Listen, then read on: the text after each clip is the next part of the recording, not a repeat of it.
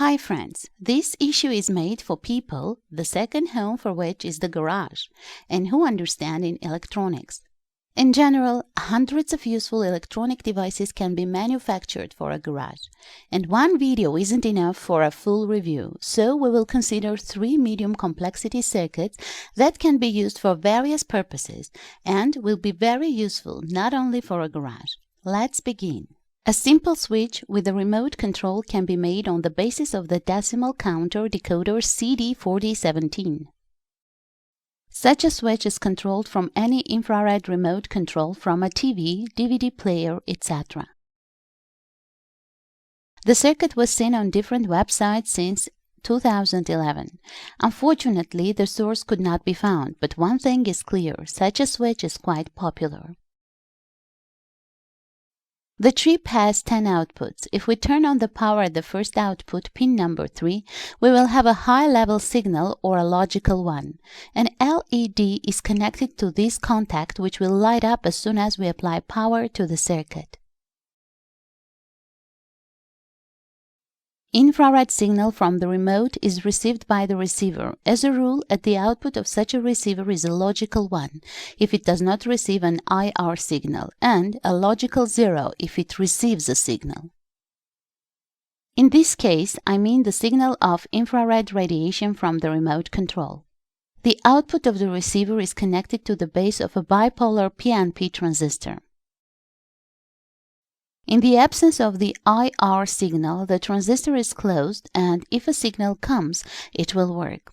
Through its open transition, plus from the power source will go to the counter input, and the logical 1 will switch to the second output, or pin number 2. In this case, the second transistor will open. Through its open transition, the relay coil will be supplied by power. The relay will work and switching the load. If you press any button on the remote control, the logical 1 will switch to the third output or pin 4. The transistor will work, the load will turn off. The fourth pin of the chip is connected to the counter reset pin, so we return to the initial stage and LED lights up.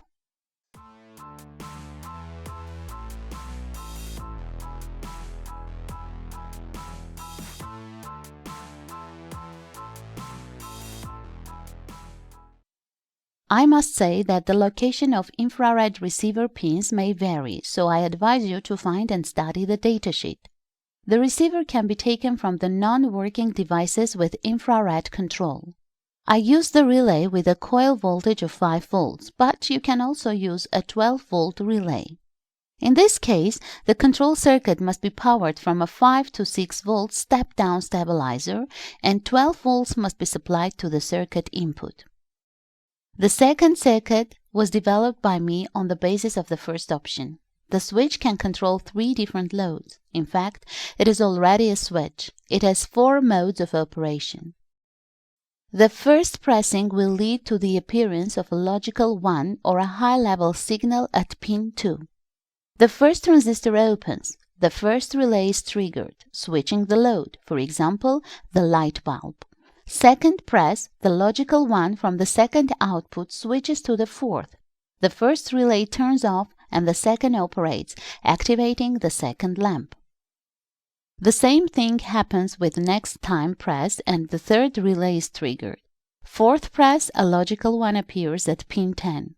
Through the diode, this logical 1 comes to the basis of all 3 transistors, which leads to the simultaneous operation of all relays and all the lamps are lit. Next pressing of the button leads to disconnection of all loads. Since the next output is connected to the reset pin, the counting will start from 0. That is, the high-level signal appears at pin 3 and the cycle repeats. In this option also are used 5-volt relays. They can be replaced by 12-volt relays, just as in the case of the first circuit.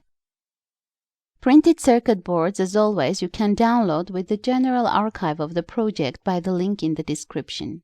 On the boards of both variants, there are no places for relays, but I think to connect them isn't difficult. On the boards, everything is signed up in detail and the places of protective diodes for controlled transistors are provided. Also, you can order industrial printed circuit boards at the lowest price on the GLC website. Download the archive of the boards in the Gerber format and the order will be ready in just 24 hours. The cost of the board starts from $2 for 10 pieces. The complexity, the number of layers, and the size of the board aren't important. Everything will be done at the highest level. A link to the company's website and to my video from the GLC factory can be found in the description. This option is more functional. It is convenient to use in large garages in which several light sources. The switch will allow you to activate the lighting in the separate area of the garage where you work. Naturally, the switch can be used to activate different loads, electric heating, lighting, and so on. It all depends on your imagination. The circuit can be controlled from almost any remote, at distance up to 10 meters. The power of the connected load depends solely on the capacity of the relay. Both circuits work even with a 50% variation at the nominal of the components. Transistors are practically any low power with appropriate conductivity. There should be no problems with finding components. The circuit works immediately after powering up and don't require additional adjustment if everything is assembled correctly. Therefore, I recommend assembling on printed circuit boards from the archive. Our third circuit will protect your electrical devices from power surges. In this circuit, we again use the relay, this time 12 volts. In order to galvanically separate the low voltage control circuit from the mains part, a low power transformer was used.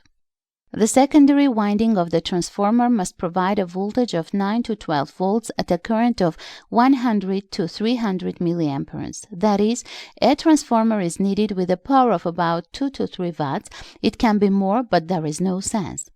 If the mains voltage rises to an unacceptable level, the Zener diode is triggered. This causes the transistor to open and the relay to activate. The load, which is connected to the mains through the protection circuit, is instantly disconnected. We adjust the circuit by rotating the trimmer resistor. First, we need an adjustable source of alternating voltage. It is possible to use a laboratory auto-transformer with the possibility of increasing the voltage, and very desirable it has galvanic separating. We apply a voltage of 250 volts to the protection circuit and rotate the trimming resistor until the relay operates. This completes the setting. An increase in the mains voltage leads to an increase in the voltage on the secondary winding of our transformer. Consequently, the supply voltage of the control circuit also increases. If it is greater than the set threshold, the Zener diode will work and previously mentioned process will happen. Let's test our circuit. A small light bulb is connected as a load. The multimeter shows the mains voltage.